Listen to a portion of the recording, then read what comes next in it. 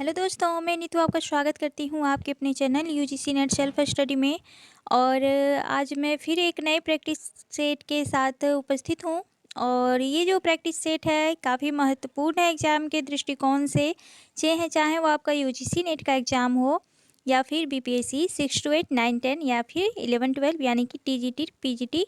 तो और ईएमआरएस जितने भी एग्ज़ाम हैं हिंदी क्षेत्र से होने वाले, ये सभी के लिए महत्वपूर्ण होने वाली वीडियो है। तो अगर आपने अभी तक नहीं देखा है तो मैंने 5-6 ऑलरेडी डाल चुका है प्रैक्टिस सेट। तो नहीं देखे हैं तो ज़रूर से देख लें। और अगर आप मेरे चैनल पर नए हैं तो ज़रूर से चैनल को सब्सक्राइब कर लें, बेल आइकन प्रेस कर लें ताकि मेरा हर नोटिफिकेशन आप तक पहुँचे। और अपने फ्रेंड तक भी शेयर करें, लाइक सब्सक्राइब शेयर कर दें। चलिए चलते हैं आज के पहले प्रश्न की तरफ। और जैसा कि अभी मैंने अपडेट भी दे दिया है कि बीपीएससी और यूजीसी ने दोनों का ही एग्ज़ाम सिटी अलॉटमेंट जो है वो दे दिया गया है। तो एक प्री एडमिट कार्ड आप लोगों का जारी कर दिया गया है। तो आप देख लें, अगर अभी तक नहीं देखे हैं तो डाउनलोड कर लें और पता कर लें कि आपका एग्ज़ाम जो है किस स्टेट में होने वाला है, कहाँ पे होने वाला है। तो इससे ये आपको फ़ायदा हो जाएगा कि आपको टाइम मिल रहा है अभी भी। तो रिजर्वेशन वगैरह अगर दूर में पड़ रहा है तो उसके लिए ये टाइम है कि आप अभी से रिजर्वेशन कर लें, क्योंकि अगर नज़दीक है तब तो कोई बात ही नहीं है। दूर के कैंडिडेट के लिए थोड़ा सा मुश्किल होता है क्योंकि ठंड का मौसम है। तो कर लें पहले से सारा इंतज़ाम। चलिए, आई होप कि आप लोगों को ये नोटिफिकेशन भी सही लगा होगा। तो चलिए बढ़ते हैं पहले प्रश्न की तरफ बिना विलम्ब किए। आज मैंने जो प्रश्न लिए हैं टोटल 77 प्रश्न हैं, ठीक है, जो काफ़ी महत्वपूर्ण है। तो एक तरह से आप मैराथन ही समझिए। चलिए तो पहला प्रश्न देखते हैं। पहला प्रश्न है कि निम्नलिखित में से कौन सी रचना मैथ्यू आर्नल्ड की नहीं है। तो मैथ्यू आर्नल्ड पूछा गया है। तो इसका अगर टाइम देखें तो ये 1822 ईस्वी के हैं, ठीक है।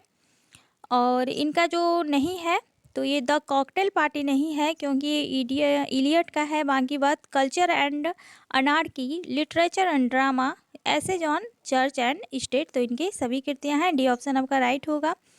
अगला प्रश्न है कि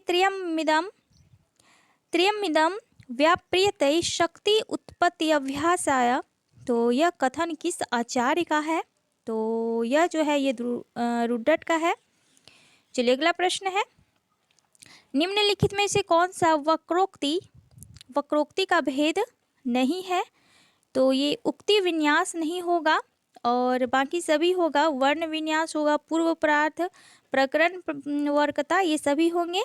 उक्ति विन्यास नहीं होता है। अगला प्रश्न है कि रस सूत्र के व्याख्याकारों का सही अनुक्रम बताना है। तो सबसे पहले आ जाएंगे भट्ट लोलट, शंकुक, भट्ट नायक और अभिनवगुप्त। तो भट्ट लोलट का है उत्पत्तिवाद, शंकुक का अनुमितिवाद, भट्ट नायक का भुक्तिवाद और अभिनवगुप्त का है अभिव्यक्तिवाद। तो ये चारों हैं रस सूत्र व्याख्याता, जो कि भरत मुनि के दिए गए रस सूत्र के हैं। तो ध्यान रखना है। अगले प्रश्न को देखते हैं। सचिव वेद गुरु तीनी ज्यों प्रिय, बोले ही भय आस, राज धर्म तन तीन कर, होई बेग ही नाश।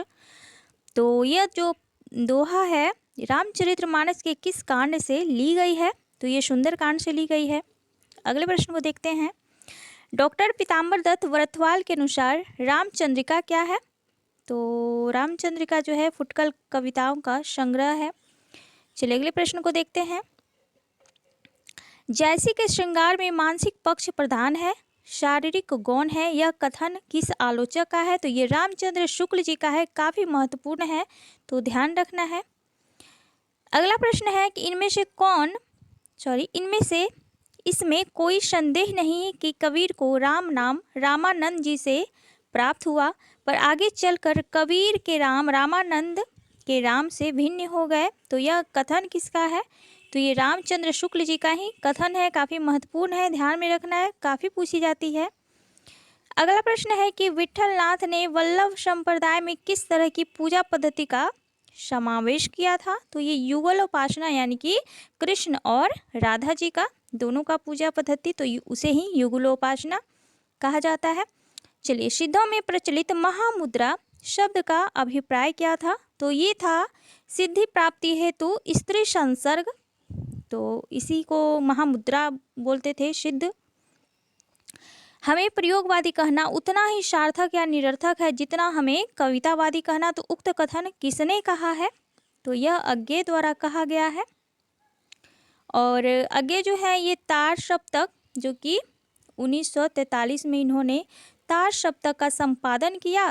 तार सप्तक यानी 7 कवियों का उसमें समावेशन था। तो अभी तक 4 तार सप्तक, जो प्रथम तो नहीं, तार सप्तक, द्वितीय तार सप्तक, तृतीय, चतुर्थ, तो चारों के जो टाइम पीरियड को आपको ध्यान में रखना है, पूछी जाती है और बताया भी है मैंने। चलिए, अगला प्रश्न है कि आधुनिक नारी अब अपनी पूरी गरिमा, देह संपदा और वास्तविक सम्मान के साथ आई है। अब औरतें हैं, वे झूठी सती या वेश्याएं नहीं हैं, इसीलिए नई कहानी खलनायकों से शून्य है। और ये अभी के वर्तमान समय में ये परिप्रेक्ष्य हम देख सकते हैं कि अब औरत जो है किसी की आसी दासी नहीं है। उसे कोई झूठी या सती वेश्याएं ही सिर्फ ना समझें, वो वहाँ तक पहुँची है जहाँ तक उन्होंने कभी स्वप्न भी नहीं देखा था, और वे वहीं तक पहुँची। उन्होंने अपने स्वप्न को उड़ान दिया जो पहले नहीं था, और वह अब उन्होंने अपने पंख को उन्होंने उड़ान दिया। और अभी जो हर जगह में, हर क्षेत्र में स्त्रियां लड़कों के साथ, पुरुषों के साथ हाथ से कंधे मिलाकर चल रही हैं। तो सिर्फ उन्हें स्त्री वेशभूषा में ना देखें कि स्त्री सौंदर्य की मूर्ति है, तो स्त्री वास्तविक में सौंदर्यता की मूर्ति हैं, वो हर क्षेत्र में है। तो ये सही कहा है। तो ये कमलेश्वर जी का कथन है, मुझे बहुत ही अच्छी लगी थी। तो ये कमलेश्वर जी का कथन है, ए ऑप्शन आपका राइट होगा। चलिए, अगला है, रीति मुक्त कविता की प्रमुख प्रवृत्ति है स्वानुभूति और स्वच्छंदता, जिसमें घनानंद, बोधा, आलम, द्विजदेव, तो रीति मुक्त के ये सारे हैं।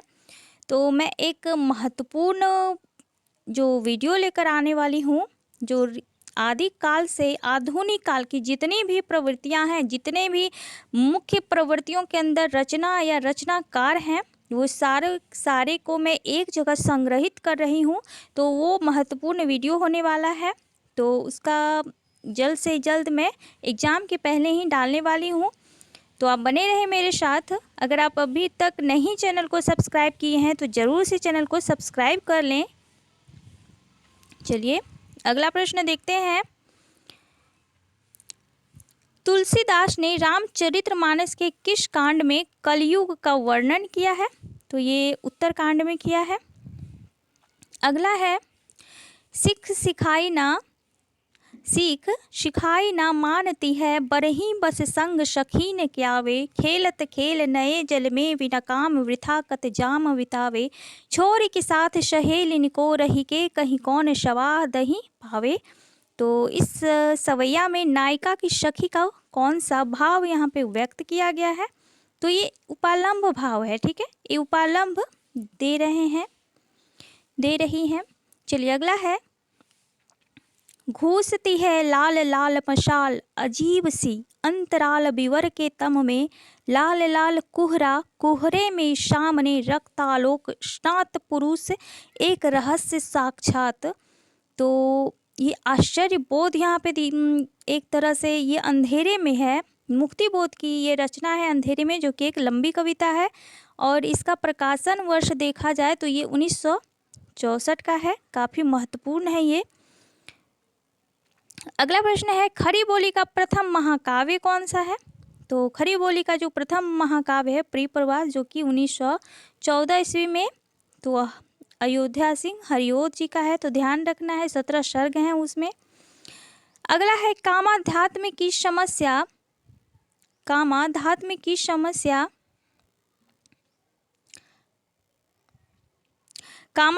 की समस्या निम्नलिखित में से किस रचना में उठाई गई है? तो किस रचना में उठाई गई है? तो ये जो है ये उर्वशी में उठाई गई है, ठीक है।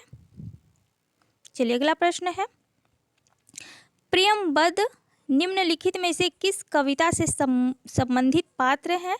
तो ये अषाढ़ वीणा से है, जो कि 1964 की रचना है अषाढ़ वीणा। ब्रह्म राक्षस भी ब्रह्म राक्षस किसका है? मुक्तिबोध का है। कमायनी प्रसाद का है। प्रलय की छाया भी प्रसाद का है। तो साथ साथ ध्यान रखना है। चलिए अगला प्रश्न है कि मधुशाला का प्रकाशन वर्ष है। तो मधुशाला जो है ये 1935 की रचना है और ये हरिवंश राय बच्चन जी का है। तो ध्यान रखना है। अगला प्रश्न है कि भारतेंदु ने जिस प्रकार हिंदी गद्य की भाषा का परिष्कार किया, उसी प्रकार काव्य की व्रजभाषा का भी। तो इस पंक्ति के लेखक कौन है? तो ये रामचंद्र शुक्ल जी ने कहा है। अगला प्रश्न है प्रकाशन वर्ष के अनुसार निम्नलिखित नाटकों का सही अनुक्रम आपको बताना है। तो सबसे पहले यहाँ पे भारत जननी आ जाएगी 1875 स्कंदगुप्त। भारत जननी जो है ये भारतेंदु जी की रचना है, 1875 का है। स्कंदगुप्त जो है 1928 का है। ठीक है। अंधा युग जो है, चलिए बता देते हैं, अंधा युग जो है ये 1955 का है। आधे अधूरे जो है ये 1969 का है। तो ध्यान रखना है सभी रचनाओं को। तो ये प्रसाद का है। अंधा युग है धर्मवीर भारती का। आधे अधूरे जो है मोहन राकेश का। तो ध्यान रखना है सभी को। चलिए अगला प्रश्न है मैं इस घर से ही अपने अंदर कुछ ऐसी चीज़ें लेकर गई हूँ जो किसी भी स्थिति में मुझे स्वाभाविक नहीं रहने देती। तो ये तो पहला है कि ये आधे अधूरे का कथन है। नाटक के किस प्रस्तुत संवाद का संबंध किस पात्र से है? तो किसने कहा है आधे अधूरे में? तो ये बड़ी बेटी जो बिन्नी रहती है, बड़ी बेटी बिन्नी जो रहती है, उसी के द्वारा ये कथन कहा गया है। अगला प्रश्न है कि कारवां किसका एकांकी संग्रह है? तो कारवां एक एकांकी है, ध्यान में रखना है। और ये जो है ये भुवनेश्वर प्रसाद जी का है। चलिए अगला प्रश्न है अतएव दो बालुकापूर्ण कगारों के बीच में एक निर्मल स्रोत स्वनि का रहना आवश्यक है। तो यह संवाद चंद्रगुप्त से है, पहले ध्यान में रखना है। किस पात्र का है? तो ये चाणक्य जी के द्वारा कहा गया था, चाणक्य के द्वारा। अगला है कि अभिव्यक्ति की स्वतंत्रता का प्रश्न सुरेंद्र वर्मा के किस नाटकों में आया है? तो ये 8वां सर्ग में आया। ठीक है। तो ये इन चारों जो है ना, ये भी और ये भी, ये चारों रचना इन्हीं का है। सूर्य की अंतिम किरण से सूर्य की पहली किरण जो कि 1975 ईस्वी की रचना है। 8वां सर्ग जो है 1976 की है। नायक खलनायक विदूषक जो है 1985 का है। शकुंतला का अंगूठी जो है 2010 का है। तो ध्यान रखना है सभी को। चलिए अगला प्रश्न है निम्नलिखित में से कौन सा काव्य गुण नहीं है? तो कौन सा नहीं है? तो इसमें जो है शक्ति नहीं होगा।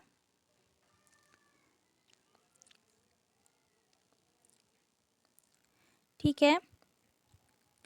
समाधि, श्लेष, माधुर्य और शक्ति होता है। तो ध्यान रखना है। चलिए अगला प्रश्न है काव्य की पूर्ण अनुभूति के लिए कल्पना का व्यापार कवि और श्रोता दोनों के लिए अनिवार्य है। उक्त कथन किस आचार्य का है? तो ये है रामचंद्र शुक्ल का। अगला है कि निम्नलिखित में से कौन सा रस का अव्यय नहीं है? तो रस का अव्यय नहीं है, देख लेते हैं। भाव है, विभाव है, अनुभाव है, संचारी भाव है। तो ये तो दोनों होगा पर भाव नहीं होगा। ठीक है। तो ए ऑप्शन आपका राइट होगा, क्योंकि विभाव, अनुभाव और संचारी भाव रस के अव्यय कहलाते हैं। अगला प्रश्न है अरस्तु द्वारा पोएटिक्स उनकी रचना है। ठीक है, ग्रंथ है। कितने अध्याय हैं इसमें? तो कुल 26 अध्याय हैं। चलिए अगला प्रश्न है निम्नलिखित में से किसका संबंध उत्तर आधुनिकता से नहीं है? तो ये रेमंड विलियम्स का नहीं होगा, बाकी बात जैक देरिता का होगा, जो उन्होंने विखंडनवाद का प्रवर्तन किया है। डैनियल बेल जो है और रोला बार्थ उत्तर संरचनावाद से हैं। तो सभी होंगे, लेकिन रेमंड विलियम्स नहीं होंगे। अगला प्रश्न है कि मौन भी अभिव्यंजना है। तो देखते हैं इसके बारे में। पंक्ति जो है तो मौन भी अभिव्यंजना है, जितना तुम्हारा सच है उतना ही कहो। तो ये इसी की पंक्ति है, ये अज्ञे द्वारा कही गई है, तो ये तो बिल्कुल सही है। बात के कवि कहलाते हैं, तो बात के कवि शमशेर बहादुर सिंह, ये भी सही है। खबर या भयानक बात के कवि कहलाते हैं, तो मुक्तिबोध, ये भी सही है। मुक्तिबोध कृत अंधेरे में का पहला प्रकाशन कब और किस नाम से हुआ था? तो ये कल्पना में 1964 में आशंका के दीप अंधेरे के नाम से हुआ था, तो ये भी सही है। यानी कि ये चारों ऑप्शन अपने आप में एक प्रश्न है, तो ध्यान रखना है, सभी सही हैं। चलिए अगला प्रश्न है, संदेशहु सविथौ हौ कन्नई असमथ भन्नपिय इक्कति बलिठौ वेनी समान हत्थ। तो उपयुक्त दोहा किसका है? तो ये जो है ये संदेश रासक से है, अब्दुल रहमान की। चलिए अगला प्रश्न है, दोहा या दोहा मूलतः किस भाषा का छंद है? तो ये अपभ्रंश भाषा का छंद है। अगला है कि हिंदी साहित्य का इतिहास ग्रंथ है, इसके लेखक पूछा गया है, तो इसके लेखक विश्वनाथ प्रसाद मिश्र हैं, ये ऑप्शन आपका राइट होगा। अगला प्रश्न है कि इनमें से किस बोली का बिहारी हिंदी से संबंध नहीं है?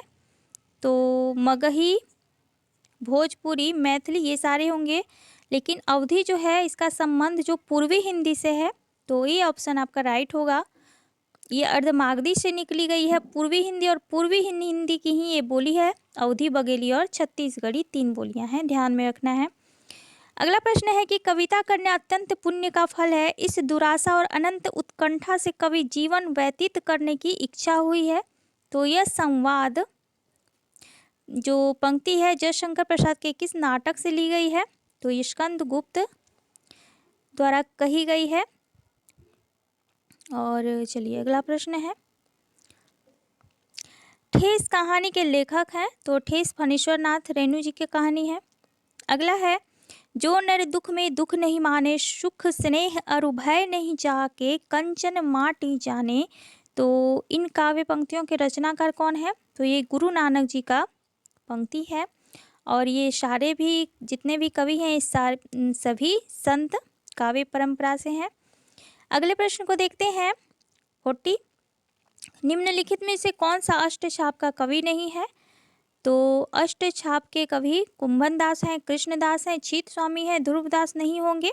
तो ध्रुवदास जो हैं ये कृष्ण राम भक्ति शाखा से हैं, नहीं ध्रुवदास हैं, लेकिन ये अष्टछाप में सम्मिलित नहीं है, ठीक है।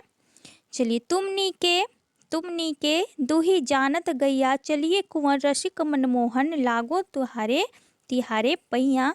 तो ये उपयुक्त पंक्तियाँ के रचनाकार कौन है? तो ये कुंभन दास हैं। अगला है कि निम्नलिखित में से किस उपन्यास को स्त्री लेखन का प्रस्थान बिंदु माना जाता है? तो ये मित्रों मरजानी जो कि 1966 की रचना है, कटगुलाब 1993 का है, आवा है चित्रा मुदगल 1999 का, और चाक जो है 1996 की रचना है। तो सबको ध्यान में रखना है। तो कटगुलाब है मृदुला गर्ग का, मित्रों मरजानी है मित्रों मरजानी कृष्णा सोपती जी का है। तो सभी को ध्यान में रखना है। चलिए अगला प्रश्न है, निम्नलिखित में से 2 समानांतर कथा प्रसंगों पर चलने वाला शंकर शेष का नाटक है? तो ये एक द्रोणाचार्य है जो कि 1977 का है, और ये यूजीसी नेट के भी आपके सिलेबस में लगा हुआ है। तो और ये सभी जो है इन्हीं का नाटक है, तो ध्यान में रखना है साथ में। चलिए अगला प्रश्न है, निम्नलिखित में से महावीर प्रसाद द्विवेदी जी का कथन कौन सा है? तो भाषा संसार का नाद में चित्र है, ध्वनि में स्वरूप है, ये नहीं है। मनुष्य की मुक्ति की तरह कविता की भी मुक्ति होती है, तो ये भी नहीं है। कवित्व को आत्मा की अनुभूति कहते हैं, ये भी नहीं है। अर्थ सौरस्य ही कविता का प्राण है, तो डी ऑप्शन आपका सही होगा। चलिए अगला प्रश्न है, निम्नलिखित में से हनुमान चरित रचनाकार है? तो रायमल पांडे होंगे। अगला है कि ललित ललाम जो है किसका ग्रंथ है? तो ये मतीराम का ग्रंथ है, बाकी बात भी सभी रीतिकाल के ही यहाँ पे कवि देखे जा रहे हैं। अगला प्रश्न है, डेल सो बनाए आय मेलत सभा के बीच लोगन कवित की वो खेल करी जानो है। तो ये काव्य पंक्तियाँ किसकी है? तो ये ठाकुर की कही हुई पंक्तियाँ हैं। चलिए अगला प्रश्न है, निम्नलिखित में से कौन सा लेखक भारतेंदु मंडल का नहीं है? कौन सा नहीं है? तो ये राजा लक्ष्मण सिंह नहीं होंगे, बाकी बात प्रताप नारायण मिश्र, बद्री नारायण चौधरी, प्रेमघन, बालकृष्ण भट्ट, ये सभी होंगे। अगला है कि आज मैं अकेला हूँ, अकेला रहा नहीं जाता, जीवन मिला है ये, रतन मिला है ये। तो उपयुक्त पंक्तियाँ किस कवि की है? तो ये त्रिलोचन द्वारा कही गई है। अगला है कि रस कलश किसकी रचना है? तो रस कलश की रचनाकार पहले देख लें, 1931 का है, पूछी जाती है, अयोध्या सिंह हरिओत का है। चलिए अगला प्रश्न है, निम्नलिखित पंक्तियाँ किस कवि की है? क्या कहा मैं क्या कहूँ, यहाँ पे मैं अपना खंडन करता हूँ, ठीक है तो मैं अपना खंडन करता हूँ, मैं विराट हूँ, मैं समूहों को समोए हूँ। तो ये निराला जी का है। चलिए अगला प्रश्न है, संत मत के अलावा शब्द का प्रचलन और किस पंथ में हुआ था? तो ये नाथ पंथ में हुआ था, और आप कबीर में भी देख सकते हैं। तो वही पूछा जा रहा है। अगला प्रश्न है कि गगन हुता नहीं मही हुती, हुते चंद नहीं शूर, ऐसे अंधकार मह रचा मोहम्मद नूर। तो आप यहाँ मोहम्मद नूर को देख के ये गलती कभी मत कीजिएगा कि यहाँ पे अगर नूर मोहम्मद है तो आप लगा दें ऑप्शन, ऐसा नहीं है। ये जो है जैसी की पंक्ति है और ये आखिरी कलाम से उद्धृत की गई है। अगला प्रश्न है कि गोरख जगायो जोग भक्ति भगायो लोग, यह काव्य पंक्ति किसकी है? तो ये महाकवि तुलसीदास द्वारा कही गई पंक्ति है। अगला है कि बाल चंद विच्चावर भाषा दुहु लगी दुज्जन हाशा। तो ये काव्य पंक्तियाँ जो है विद्यापति जी का है। अगला प्रश्न है, तो मैं बताते चलूँ कि मैं ऑप्शन नहीं पढ़ रही हूँ, क्योंकि चारों ऑप्शन पढ़ने से थोड़ा सा टाइम ज़्यादा लगता है और मैं नहीं चाहती कि आप लोगों का टाइम फालतू में लॉस हो। तो मैं औरों की तरह चारों ऑप्शन नहीं पढ़ रही हूँ। तो अगर आप बोलेंगे कि चारों ऑप्शन मुझे करवाना है तो मैं चारों ऑप्शन के साथ करवाऊँगी, लेकिन मुझे जहाँ तक सही लगता है कि मैं फालतू का टाइम नहीं लेना चाहती, इसीलिए मैं डायरेक्ट प्रश्न और आंसर उसका कराती हूँ, ताकि आप लोगों का भी टाइम बचे और मेरा भी। तो चलिए अगला प्रश्न है, किस राशो काव्य की कथा का वर्णन शुक और शुकी के द्वारा किया गया है? तो ये पृथ्वीराज राशो, ठीक है। अगला प्रश्न है कि हिंदी रीति ग्रंथों की परंपरा चिंतामणि त्रिपाठी से चली, अतः रीतिकाल का आरंभ उन्हीं से मानना चाहिए। तो पहले जो रीतिकाल के प्रवर्तक के रूप में चिंतामणि त्रिपाठी को किसने माना है? तो ये प्रश्न हो जाएगा सीधा रामचंद्र शुक्ल द्वारा, क्योंकि इन्हीं ने चिंतामणि त्रिपाठी को रीतिकाल का प्रवर्तक माना है, केशव को नहीं माना। उन्होंने तो साफ कर दिया कि केशव को कवि हृदय नहीं मिला था। तो जब ऐसे वाक्य इन्होंने उनके लिए संबोधित किए हैं तो कैसे प्रवर्तक मान सकते हैं? तो इसलिए इन्होंने चिंतामणि त्रिपाठी जी को प्रवर्तक के रूप में देखा था। तो इस तरह भी कोरिलेट करके आप ध्यान में रख सकते हैं। तो ए ऑप्शन आपका राइट होगा। चलिए अगला प्रश्न है, हिंदी साहित्य के रीतिकाल का श्रृंगार काल नाम निम्नलिखित में से किस इतिहासकार ने रखा है? तो श्रृंगार काल किसने कहा है? तो मैंने बहुत ही अच्छी वीडियो बनाई है इस पर, अगर आप तक नहीं देखें अभी तक तो ज़रूर से देख लें। तो ये विश्वनाथ प्रसाद मिश्र जी ने कहा है। अगला प्रश्न है, निम्नलिखित में से कौन सा कथन आचार्य विश्वनाथ का नहीं है? तो कौन सा नहीं है? तो रस अखंड है ये है कथन। रस स्व प्रकाश है, ये भी है। रस वेदांत स्पर्श शून्य है, ये भी है। डी है कि रस अपने आकार से भिन्न रूप में आस्वादित किया जाता है, ये नहीं है। तो डी ऑप्शन आपका सही होगा। चलिए अगला प्रश्न है, ध्वन्यालोक किस शताब्दी का ग्रंथ है? तो ध्वन्यालोक पहले ग्रंथ किसकी है? तो ये आनंदवर्धन का है। और कब की है? तो ये 9वीं शती का है, ठीक है, तो ध्यान रखना है। अगला है कि निम्नलिखित में से रामदहिन मिश्र की कृति कौन सी है? तो रामदहिन मिश्र की कृति जो है ये है हिंदी व्याकरण नहीं होगा, ये होगा प्रवेशिका हिंदी व्याकरण, ठीक है। अगला प्रश्न है, हजारी प्रसाद द्विवेदी के अनुसार थत्ता शब्द का व्यवहार मूलतः किस अर्थ में होता रहा है? तो ये छेदन के अर्थ में होता जा रहा है, होता था।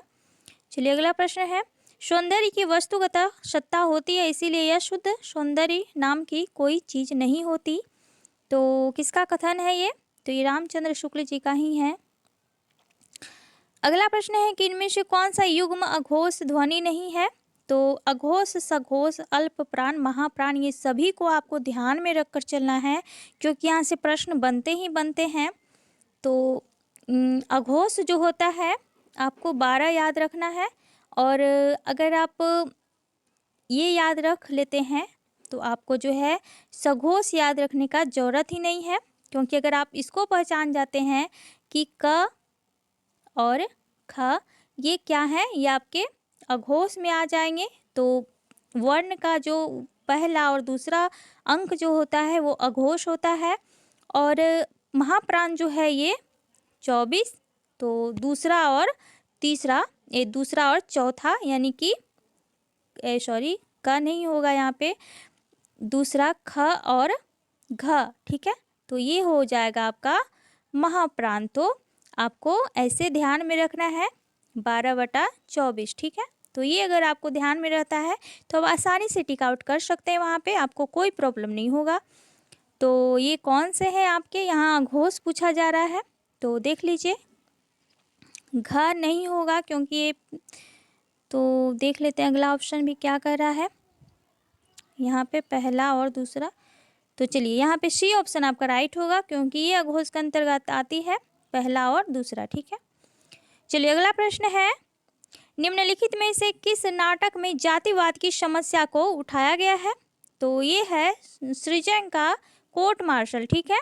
तो ध्यान रखना है, काफ़ी महत्वपूर्ण ये उपन्यास है, तो ध्यान रखना है, सॉरी नाटक है। चलिए अगला प्रश्न देखते हैं 66। तो हीन भय जलमीन अधीन कहाँ कति कथि माँ अकुलानि समाने नीर स्नेह कुलाय कलंक निराश हवे कायर त्यागत प्राणे।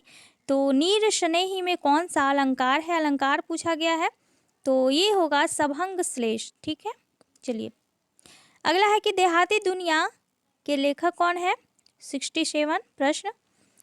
तो ये है शिव पूजन सहाय, और इसका अगर रचनाकार देखें तो ये 1926 का है, ध्यान में रखना है। और ये कैसी रचना है? तो ये आंचलिक रचना है।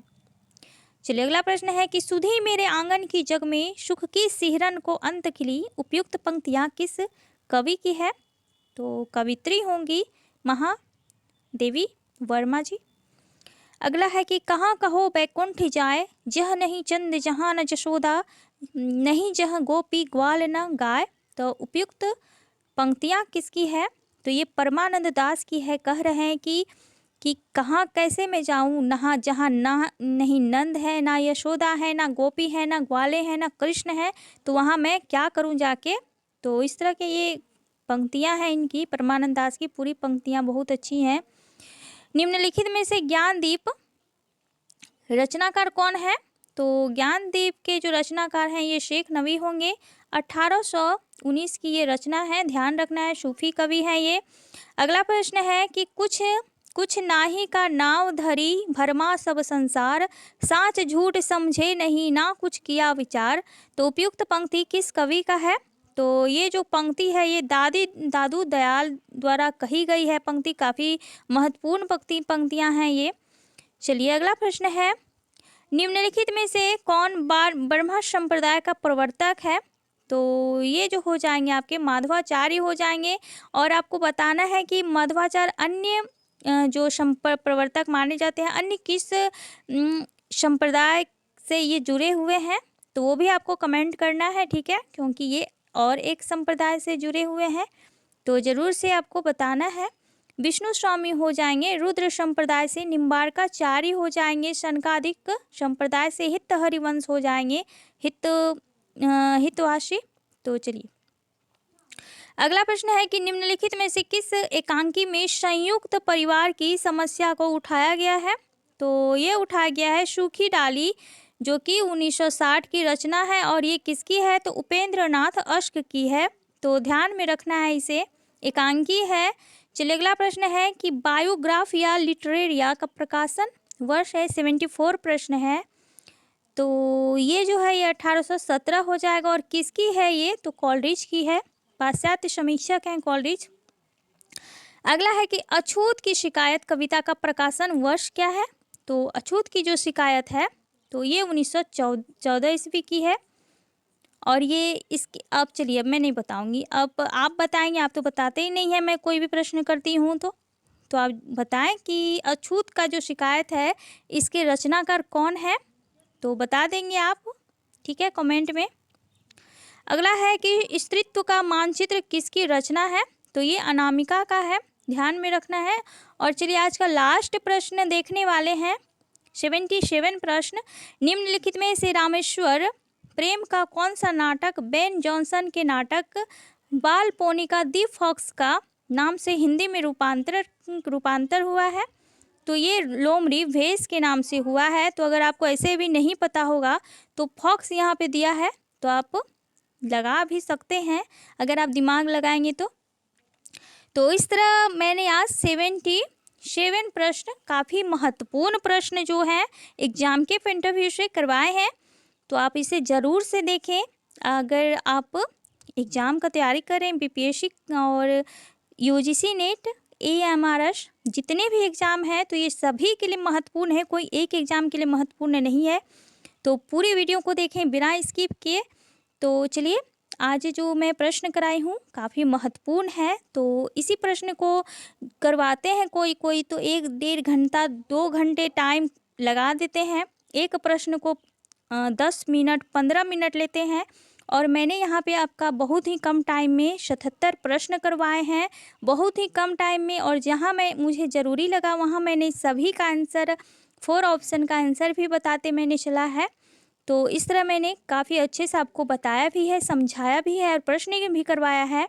तो चलिए अगर आपको अच्छा लग रहा है तो ज़रूर से शेयर भी कर दें, लाइक भी कर दें, सब्सक्राइब भी कर दें। तो चलिए थैंक यू सो मच दोस्तों, फिर मिलते हैं एक नए वीडियो के साथ, तब तक बने रहें मेरे साथ।